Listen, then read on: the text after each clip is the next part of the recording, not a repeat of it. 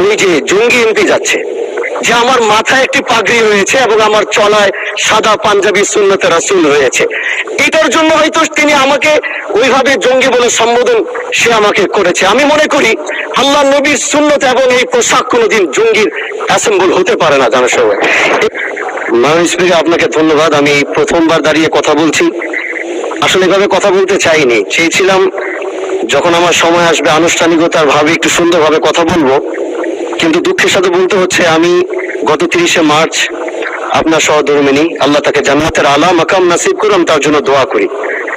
তিনার জানাজায় আমি এসেছিলাম এবং উপস্থিত হয়েছিলাম। দক্ষিণ প্লাজা থেকে যখন আমি ভিতরে ঢুকবো, একদম কাছাকাছি পিছন থেকে কেউ একজন আমাকে সম্বোধন করছিল, ওই যে জঙ্গি এমপি যাচ্ছে। তো এই বিষয়টা আসলে এভাবে আসতো না, তো একটু পর থেকে সোশ্যাল মিডিয়া